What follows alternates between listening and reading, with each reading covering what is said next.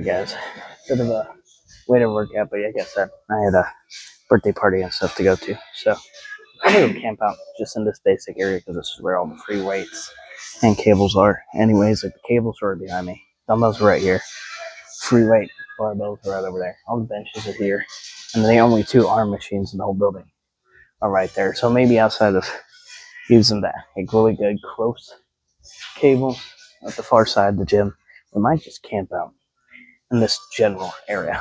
But start with some single arm alternating dumbbell curls.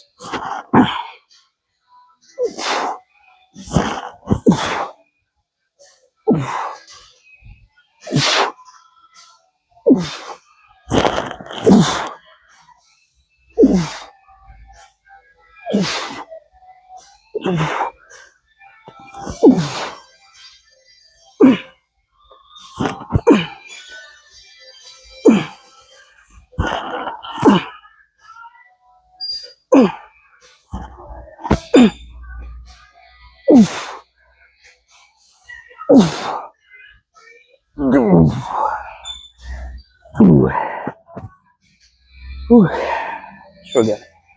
I will genuinely say if any workout's gonna suffer here, it probably would be arm day. But I mean at Cuba don't have anything other than free weights and like two machines as well. So oscillate, dip, and a preacher curl machine. So this gym isn't really any different outside of has easy curl barbells instead of straight bar. And then I do think the preacher curl here is actually better than the one at Cuba. Other than that, I mean, you're looking at a lot of the same stuff that Cuba has for arms.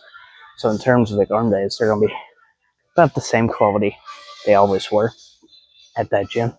But then where this gym really shines is literally everything else. Like there's so many chest machines in here, so many shoulder machines in here, so many back machines, like a lot of leg machines that all feel good. I didn't film it, but on the last leg day, I actually did hit squats on the Swift machine here, just to see how the Swift machine moved. And it's the first time in months I've been able to just do squats. Like I can't even do body weight squats right now. Like it hurts. And just the bar and body weight felt great. Like it moved really well. It was super comfortable. So I'm actually really looking forward to leg day tomorrow, which is why yesterday I said we're actually going to do a full leg day because I'm feeling good and the machines here feel fantastic. So I really want to hit some quads again and not just do a hamstring focus day. But enough yapping.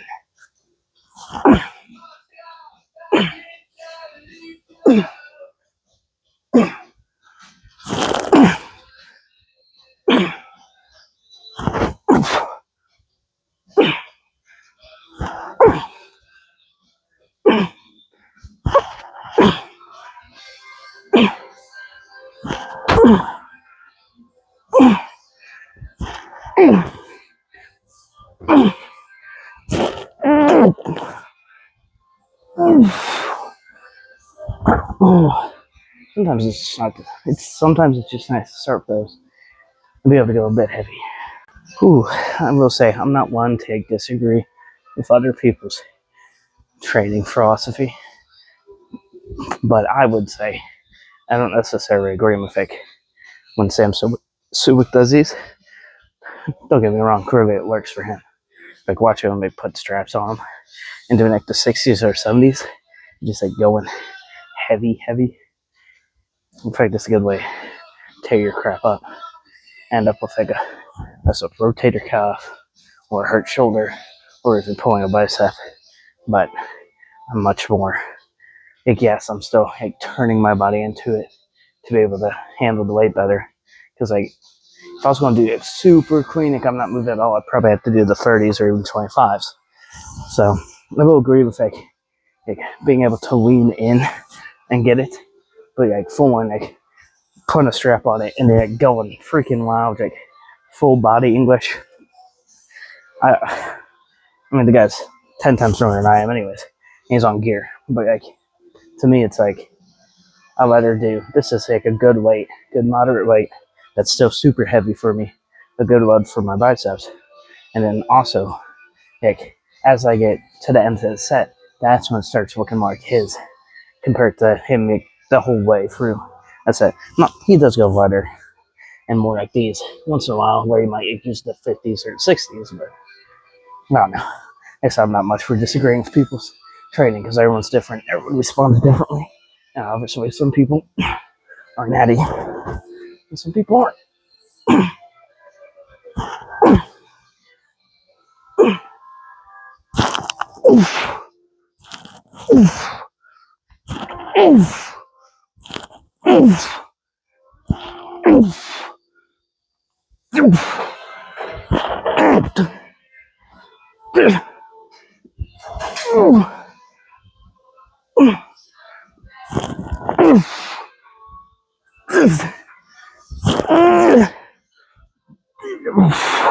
Alright, one more set of those. I think we'll actually just stick with biceps for a while because, like I said, I want the next few arm days to be more bicep focused because I do feel like my biceps are ahead, or sorry, my triceps are ahead of my biceps. So I'll probably do like 2 or 3 bicep exercises first, then hit like 2 or 3 try, and then get right back into biceps. So I think that's the plan. I will say I used to low key like hate alternating bicep curls. I used to be more of a fan of like have them hold them right here and do them at the same time. But I do feel like being able to lean into it during a single arm, I can go so much heavier. And I do like, genuinely enjoy it more. And I feel more of a connection. Not that I don't feel a good connection going lighter and doing both arms at the same time. I don't know. Everyone's different. Some people may disagree with me and say they rather do both at the same time. And maybe at the end of that set, start doing alternating. But for me, at least, the alternating just feels better. Which is funny because I did used to hate these and primarily just do both at the same time with like the 30s.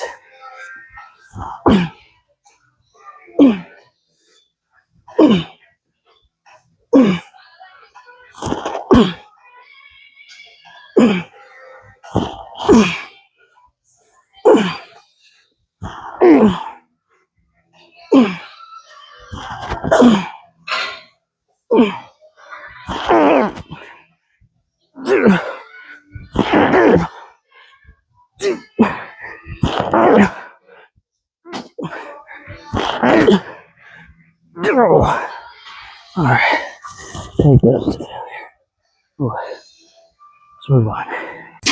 There's something you guys are probably thinking after the end of that last set, which is, didn't I just say I wasn't a fan of how Sam does those?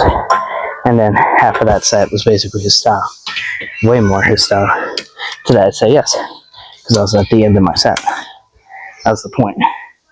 Whew. At the very end of the set, I do not mind just throwing caution to the wind and going balls to the wall.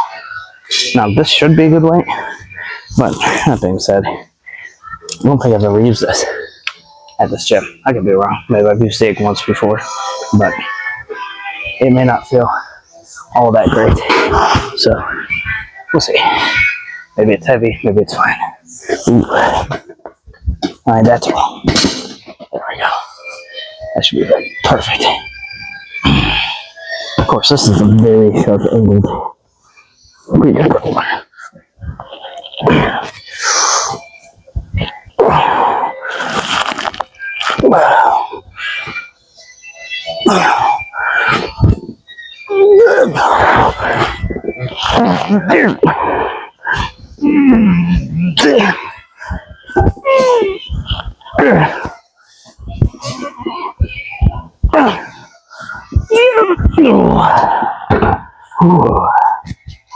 I felt really good.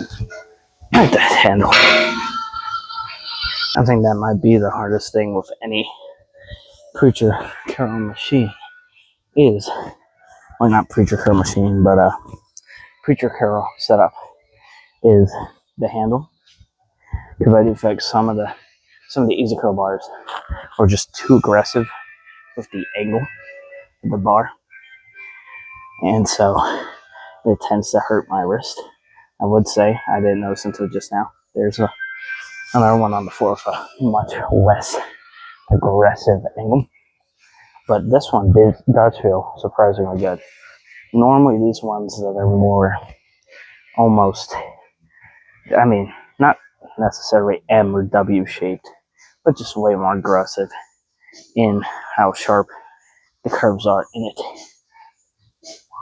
Normally, they do hurt my wrist, but this one's like perfect. Like it's right before it would typically start. I've seen some with just some crazy sharp angles on the handles.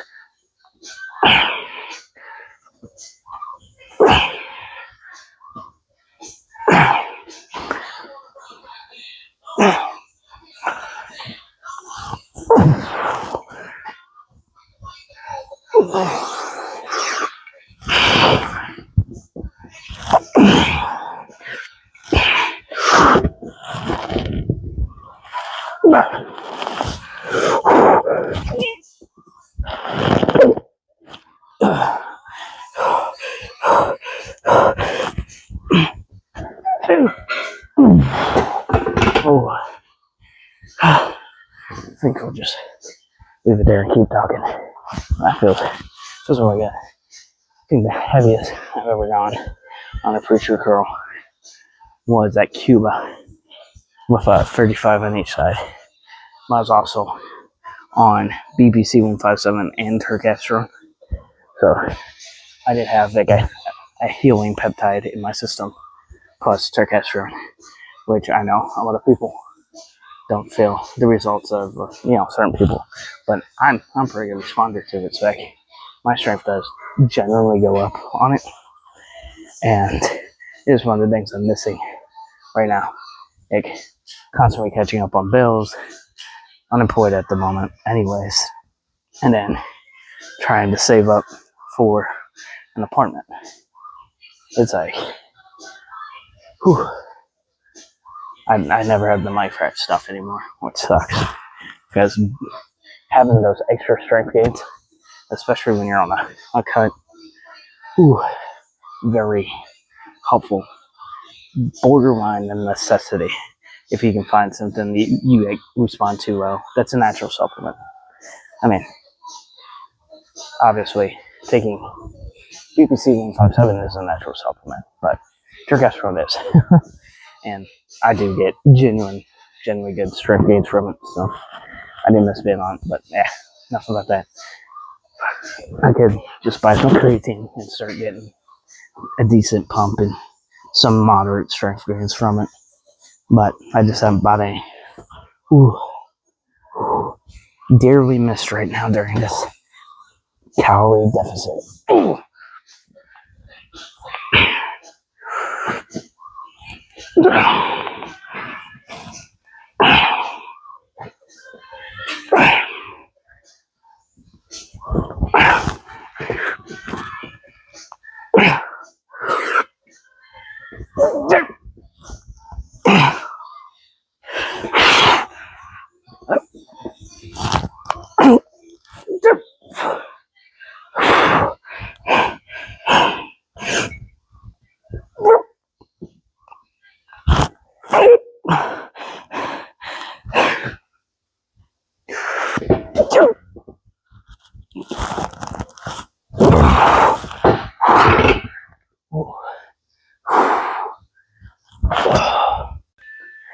And I will say, during substantial cut, if you are someone who's naturally stronger or naturally heavier, so you tend to pack on muscle faster anyways, and to have a decent strength when you're eating maintenance, if not a slight caloric surplus. It does. So to be in a deficit, I think anyone who's ever had to be in a caloric deficit, anyone who ever has done a cut, we can all agree it sucks to lose the strength you do have. But I do think, not just like in terms of Oh, what's the word I'm looking for?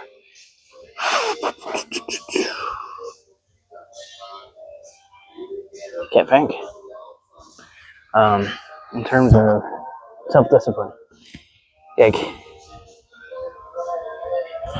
it's already hard to be in a deficit, but it's even harder when you start to get those strength gains, because it can be almost a detriment to like how you feel on a day-to-day basis.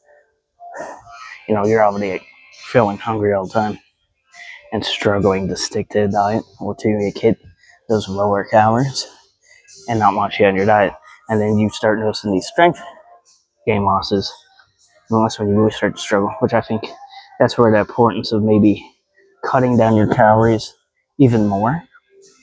And then on the weekend, maybe having more refeed days where those calories you cut out of your other days are added back in.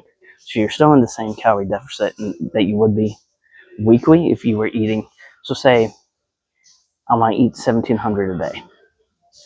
Well, how about I eat 1,500 throughout the week? That's an extra 200 off each day. It's an extra 1,000 calories. Then on the weekend, maybe I eat an extra 3, 4. I have available an extra 500 per both days of the weekend, and would still be my deficit by the end of the week. But maybe I'll end up eating 300 or 400 of those on those days. You're gonna think you cheat on your diet, but in reality, you just had 2 refeed days, but we're still in your deficit.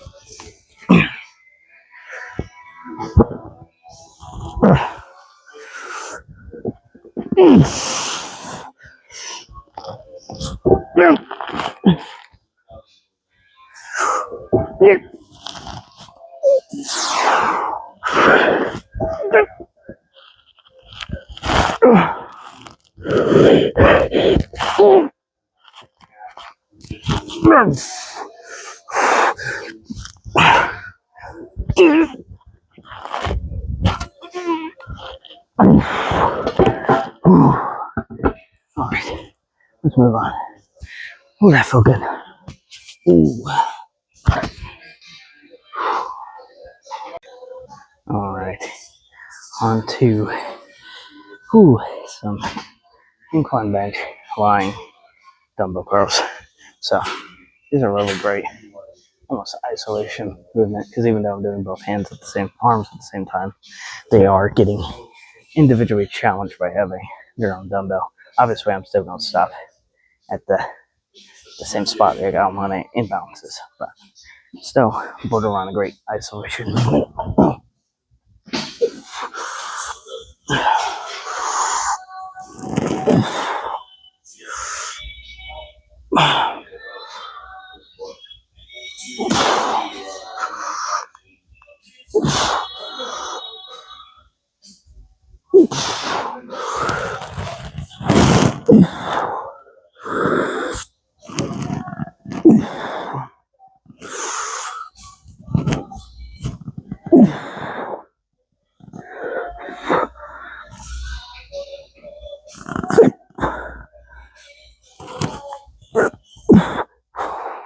Ooh. Ooh.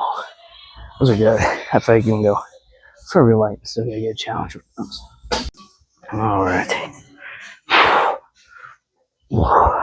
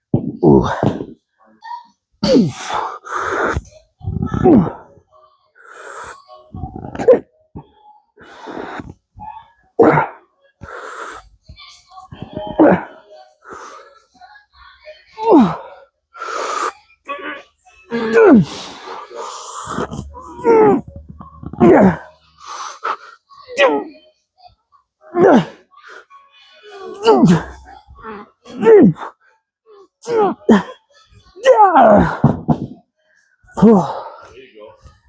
Ooh. Ooh.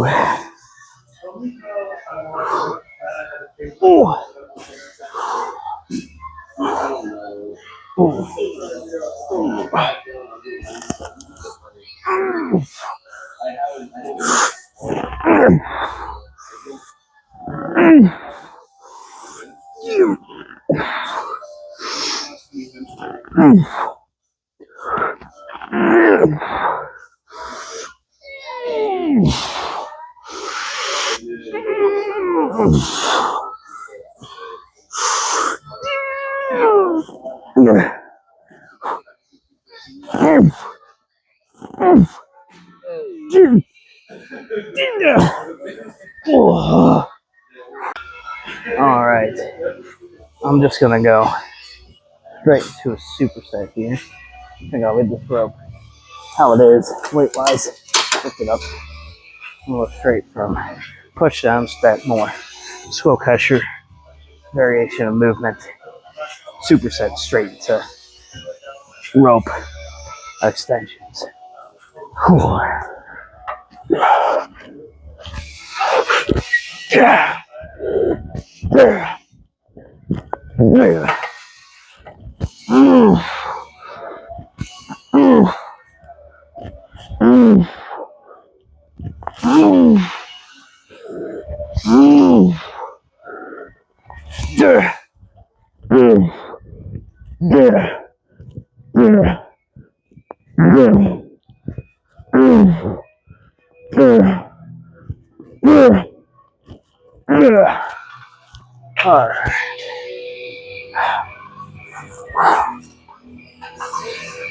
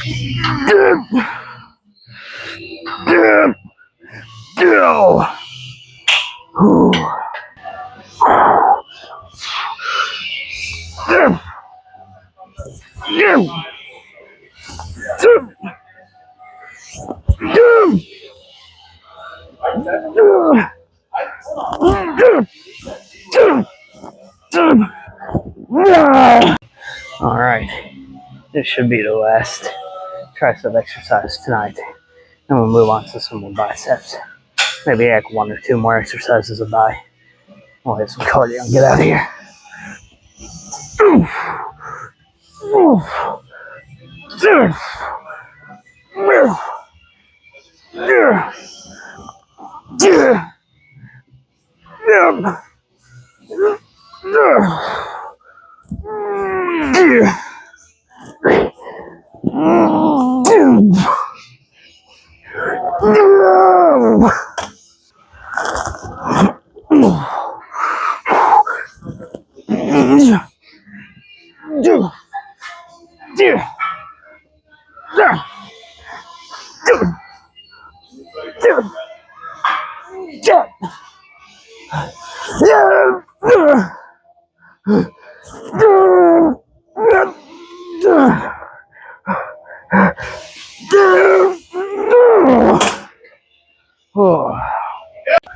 Ooh, let's do these.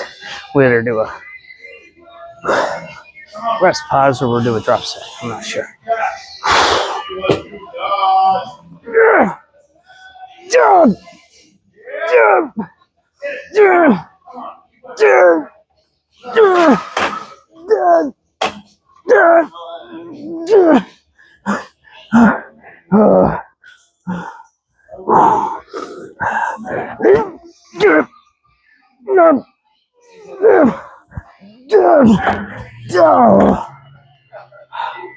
All right. I think we'll do one more exercise.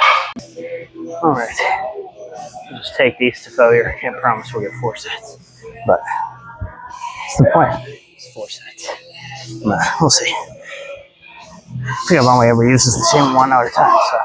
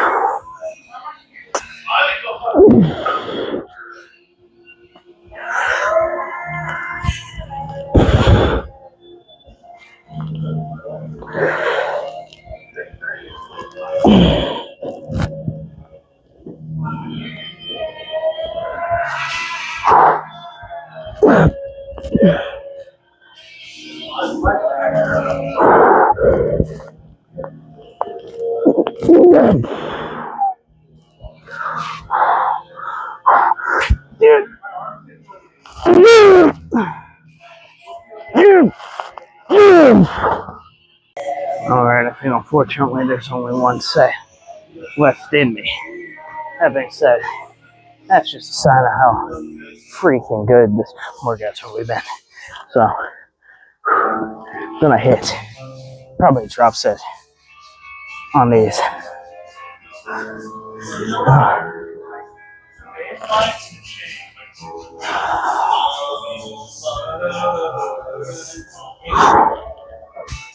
Ooh.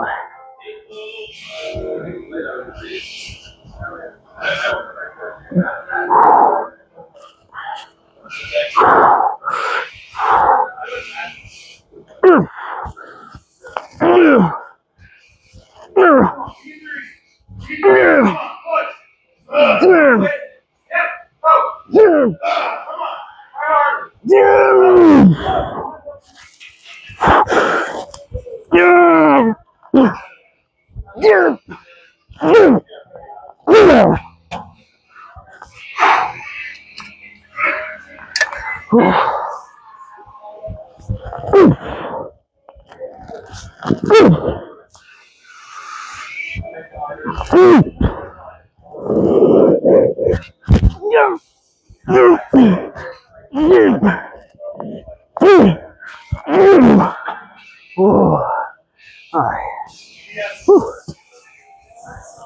Let's hit some cardio. That was a good arm day.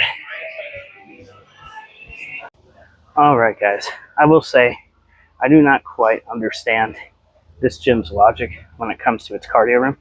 So I'm on the same treadmill as yesterday because, again, it's right next to a window. That being said, the main reason for picking it is the lights aren't turned on in this cardio room. I probably should have looked and led if it says I can turn on the lights or not. But it's dawn, so we should have at least light for the cardio. Hopefully we can get free cardio and the cardio talk before we're out of time or out of light. But yeah, really freaking solid workout. No complaints here at all. That being said, I will cut it out of the video because no one deserves to be filmed who doesn't want to be filmed. But twice during today's workout, people walked up and talked to me mid-workout. One was I was in the middle of the set. I don't know if he ended up in the camera. I don't know if the mic picked him up. If it did, I'll try to find the best way to cut out his voice because I doubt he wanted to be filmed or recorded. But he walked up and said, "You ever do any partial reps or any cheat reps?" I was like, "Oh yeah, all the time." I said, but he walked up during the second set of incline single arm, or not single arm, but incline dumbbell curls. And so I was like, oh, well, I typically save them for the third and fourth set. Those first two, I tried to be more controlled. And then those last two, I let the back half start to have those cheat reps and really start to just freaking go balls to the wall. And didn't think anything of it. I didn't think he got caught on the camera. But I think that was one of the times where I had the camera pointed at the mirror and not directly at me, so I can't guarantee it until I look through the video. So it shouldn't be in the video, but you know, it happened. And another time, this one will 100% be cut out of the video because it was at the end of a set. And it was just right before I hit end recording. A guy came up and started talking to me. And he goes, "You do realize you have to weigh, you got to weigh a certain amount to be able to film, right, man?" And I said, "I'm filming a weight loss journey, buddy.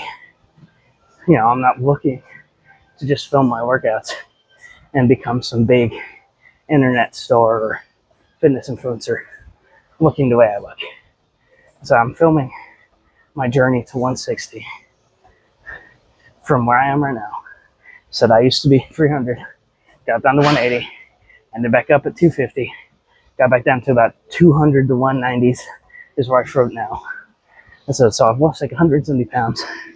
I never thought to document it back then. I'd have the occasional progress picture or the occasional video of me hitting a lift. But like, you know, I really didn't film the journey or document the journey. I said, but now I've chosen to. And he said, "Okay, man, well, not everyone wants to be filmed." I said, well, in that case, I'm not filming anyone else. Said, I go out of my way to make sure the angle I choose typically doesn't have anyone else in it, unless they walk into frame after I've started filming. I can't control that. But I point the camera, or just me and Brandon in frame. And if someone else gets caught because they walk through, they, you know, hop on a machine that's nearby or that might be in range of what the camera's pointed at. I can't control that after I hit record, and I'm sorry. And even sometimes I'll try to cut that stuff out. That's why sometimes there are missing sets, or that's why sometimes I don't film every shit Brandon hits. One, it's not Brandon's journey, it's mine. But I do like throwing him in there. He's my best friend, we're working out together. He's fun in the work too. He's, you know, he started at like 130, 140 when we started. He's up in the 170s. He's fun to work. And so I'm sure he you know, he doesn't mind being filmed. And I'm sure it'd be cool to see his journey from like the 160s and 170s-ish area when I started this to being like in the 190s at some point, hopefully. And so, but like, sometimes I'll film all of his sets because maybe someone else is on the machine next by or right behind us. Or if I put it to shoot in the mirror, that might capture people who don't want to be captured. That's also why sometimes there's angles that just suck, right? I'll be full honest. There are going to be 4 angles that suck in this video. And it was during that tricep superset because I put it in selfie mode and then put it at a low angle. So literally, the only person I could possibly capture was me. And that's what I told him. I was like, even sometimes I put this thing in selfie mode and make sure it's like an up close, not even that great of an angle of the exercise I'm hitting, just to ensure no one else gets caught. And then when I do like the thumbnails, 9 times out of 10, unless I just don't catch it in the moment while editing the thumbnail, I Photoshop people out.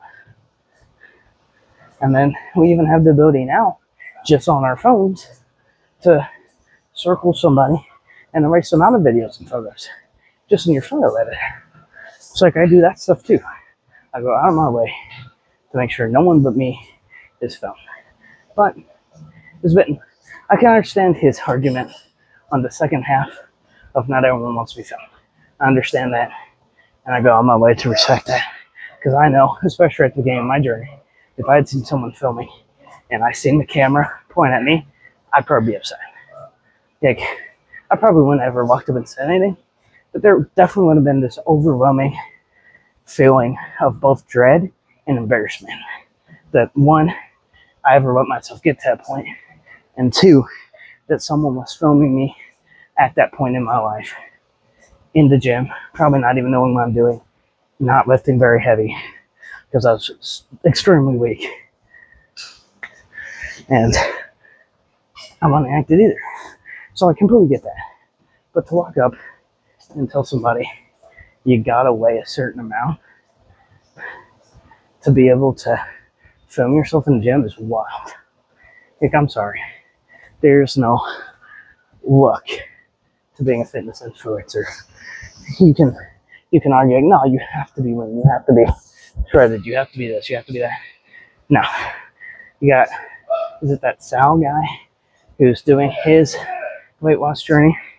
You got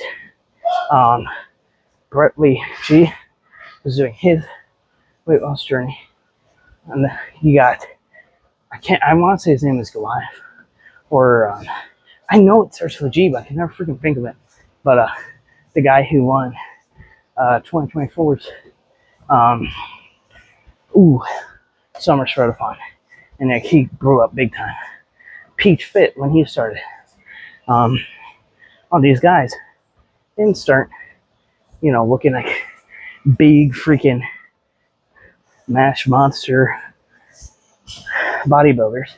They didn't start looking like basic natural fitness influencers like Will Tennyson, Jesse James West, definitely not Alex Shoesback. I actually don't believe he was ever natty. But what's his name? There's a certain person in mind. Like, they didn't start looking like that. So at the end of the day, this is a documentation of a weight loss journey onto the Summer Shredathon stage next summer. I didn't start this channel thinking that I look insane or that I have the best genetics or the best physique, and so therefore I should post it and show it off. I was very hesitant to start this. When I first bought the mics that I originally used when I started this channel, I bought them like a year or 2 before I started the channel, and not even for this purpose. It's because I wanted to start doing Twitch. I didn't know what else to do. I had no idea how any of this stuff worked. I was thinking about just live streaming workouts, and I wanted to start live streaming me drumming. and stuff. But I never had the courage, especially because I was like still 250 back then, to do it. You know, I was ashamed of how I looked. I loved going to gym, but I was also ashamed that I had to go. So I get it. I get not wanting to be filmed in the gym. And I'm not filming anyone who doesn't want to be. And if it was truly an issue here at this gym, every day we've worked out here. We've worked out when the manager's in. She sees me with the tripod. She sees me filming sets. She roams the gym and cleans it while people work out. If it was truly an issue, I do believe the manager would come and approach me. So I do understand this first half of the argument. No one wants to be filmed, he doesn't want to be filmed. I've always tried to respect that. That's why the camera angle for this is what it is. You can't see a single one of the treadmills next to me. You can't see the stationary bikes down there. You can't even tell if I'm lying to your face right now about being down there. You can't see the ellipticals. You can't see the other stationary bikes. You can't see the rower. You can see one elliptical right behind me that isn't in use. That's it. And you don't even know there's a stair stepper right over here. I try to be methodical with every set and how I film it. Every exercise and how I film it. The only time I'm a bit careless about it is when there's like 2 or 3 people in the gym and I can practically put the tripod a mile away from what I'm on and not catch anybody but myself. Or I can Cuba's gym case, I literally have the gym to myself and no one else is going to get caught in the film, right? But I don't know. I just thought it was weird. Especially his second comment. I think I know I'm not anything special. I've made a point out of it since I started this channel. But I think that's kind of the point. I'm not anything special. I don't have the best genetics. I probably don't have the best training style. You know, I train myself. I think up my workouts. I create my split. I bring the intensity I want to bring. I program this the way I want it to be programmed. What I like and how I train and what I respond to best isn't going to work for everybody. But that's not what this channel is about. I know I'm nothing special. Trust me, I've met my family. I know we don't have the best genetics. Heck, I'm looking at my arm right now, and I'm surprised it even looks like it.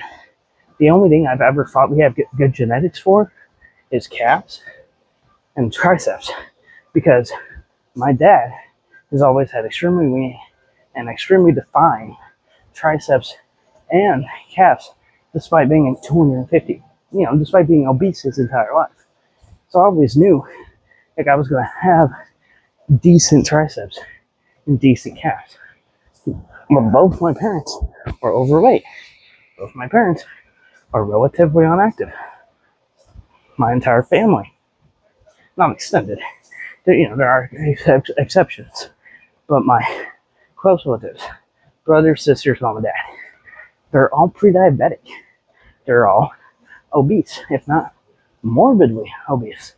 I still count as morbidly obese because the entire body mass index system is stupid. I used to be obese before I started working. I hit morbidly obese at 200, and that depressed me. I got down to just obese at 180. Now that I'm only 20 pounds, somewhere between 10 and 20 pounds off of that. Now, with the weight I sit at, just naturally right now, I'm more muscular. I'm definitely leaner than I was back then. When I hit 180 in like 2020. But yeah, at 180, I was obese. Despite being the leanest I've ever been. Had to buy a bunch of new clothes. Went from like a 2XL to a medium shirt. Now I wear like an extra L and a large. Mostly because my arms and my chest have a way hard time fitting in most of my clothes now. But like, I'm definitely smarter than I was back then. Outside of like, my arms, my chest, like all those measurements were way bigger. So I've put on muscle, a lot of muscle. But and that's where that 20-pound difference is from 5 years ago. But like now, a doctor tells me I'm back up to morbidly obese. And it's like I would agree that I'm still obese. I see my love handles. I see my lack of abs. I see my fat. But like when they do my vitals, when they do my blood work, I had a doctor straight up ask me one time after doing all my vitals and stuff if I wanted to live forever. Because my heart rate, my blood pressure, all that stuff was so on point. And he said, you definitely work out, don't you? I said, every day. And it's like, to have those markers of health because I make it an effort to be physically active every day and to diet every day and still be told you're morbidly obese because of how the body mass index works is freaking ridiculous. Like the fact that bodybuilders who are 4% fat about to get on stage could still be told they're morbidly obese because of their height to weight ratio, according to BMI, is wild to me. And I do think that plays an aspect into body dysmorphia, right? Because like I can look at myself and go, man, that's the best I've ever looked, but I still know I'm obese. But I hear a doctor tell me I'm morbidly obese. Then I go, oh my God, I'm even fatter than I thought I was. Like I need to cut my calories harder. I need to maybe even just go on a 48-hour fast every weekend and just not eat. And yet go balls to the wall, obsessive with losing weight. It's like, that's unhealthy. Now you're in very restrictive dieting, very, what is it called? There's a certain phrase for it, but it's just not healthy. And I do think the body mass index system does play into it. I think we should still use it, but I think doctors should also use a common sense and look at somebody and be like, okay, clearly you aren't obese, right? Clearly you aren't morbidly obese. I feel like if I walked into a doctor's office and I looked at the body mass index and it said I was morbidly obese, I'd just look at me and go, oh, he gets like visible separation in like some of his arm and like a bit of his arms. He says he works out. I feel like that's relatively apparent. And he's not that big for 200. I'm gonna make the call not to call him to his face morbidly obese just because the BMI says to. I won't tell him he's obese. Or maybe that he's just overweight, that he still has weight to lose. I don't think we should sugarcoat things. I don't agree with like the body positive movement in terms of just telling blatantly morbidly obese people they're fine. Like, you should love your body enough to choose to lose weight so you can live longer for your family and friends and for yourself. Like, that's how you love your body, in my opinion. That's body positive. But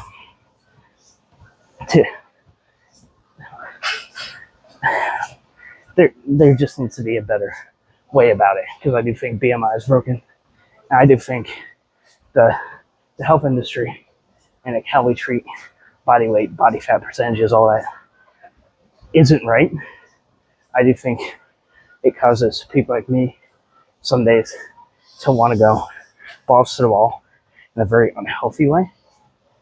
But then you also have people on the other end, like the body positive movement, who don't want to do anything because, well, this other 400-pound person loves themselves and loves their body and doesn't want to lose the weight, and they're telling me that I'm fine. And then these people are dead at 30 because their cardiovascular was non-existent. They had cardiovascular issues, heart issues, just overall really bad health issues. Probably had diabetes, maybe even kidney issues. And so it's like, we have to find a balance. I wouldn't walk up to someone my size and like berate them if they went to gym every day, like I do. I'm like, you're living a healthy lifestyle. You do have a ways to go. You still could lose some weight, but I can tell that you're healthy, right? Especially compared to where I was when I was 300 pounds, not tracking my calories, not being active in the slightest, sitting and watching TV every day. I didn't play outside. When it was time for the playground, I went to the swing so I could sit and do nothing. Or I'd go sit under like the playground and just hide or talk to friends. During PE, I'd sit on the bleachers. Like going from that to someone who's doing 30 minutes to an hour of cardio every day. Someone who's weight training for 45 minutes to an hour a day. If not even more than that. Someone who goes out of his way to hit a bare minimum of 10,000 steps a day to 15, depending on the day, because there's not going to be a day. Sometimes there's just days you don't have time to hit those steps. Depends on your job, depends on your life, depends on your day. Like today, it's my niece's birthday. I didn't bring a chair. I was on my feet. I was trying to be active, running around playing with her, trying to get my steps in. But I also didn't focus on my steps. I focused on my niece. Focused on celebrating her and her life. Because that's what I was there to do. So I'm only at 9,344 steps. So today's going to be a day where I only hit that 10, maybe a smidge above. But I think that's a good minimum goal. I think a lot of people, a lot of fitness experts, doctors, whatever, would all argue the minimum is 15. But I mean, let's just be frank. Most Americans aren't even hitting 5. So I would say 10 is great as a minimum. I do agree that you should probably be aiming for 15. But I'm not going to berate somebody who couldn't hit 15. So long as they hit 10. And to be honest, depending on where you are in your fitness journey, if you just started and you're the typical American who eats fast food, like one meal a day, or doesn't track macros, doesn't track protein, doesn't give one crap about your fitness, doesn't work out, and you're obese to morbidly obese, if you're hitting that 5,000 when normally you don't even hit that, that's a great goal. It's a great goal. Some movement, some exercise is better than none if you've always been sedentary, if you've always been inactive. And I think it's important for us to remember that. I do think there's a lot of people in the fitness industry that come at it with, go to the gym, you have to be hitting 150 minutes of cardio a week. It needs to be zone 2. It needs to be this. It needs to be that. Not always. If it's someone who's always sedentary, who's never doing anything, asking them to come in and do 30 minutes of that uphill, this is a 12% incline at 3 miles per hour. And you can't convince me a 300 plus person who's never came to the gym is 1, going to do this, and 2, going to come back to do it again.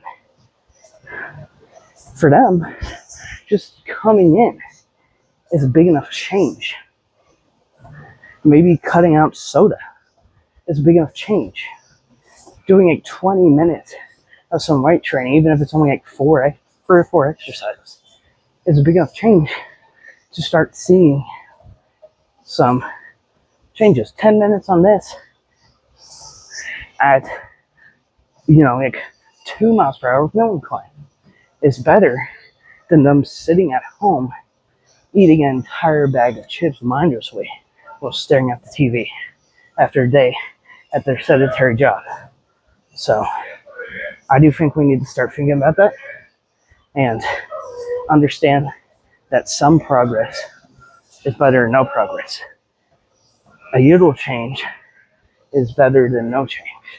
When I started coming to the gym, I didn't have fun anyways because I wasn't allowed to have fun till I could pay for it. So I just really didn't care to get one right away. I wanted to have my license and to pay for my insurance and to be able to go out and do things.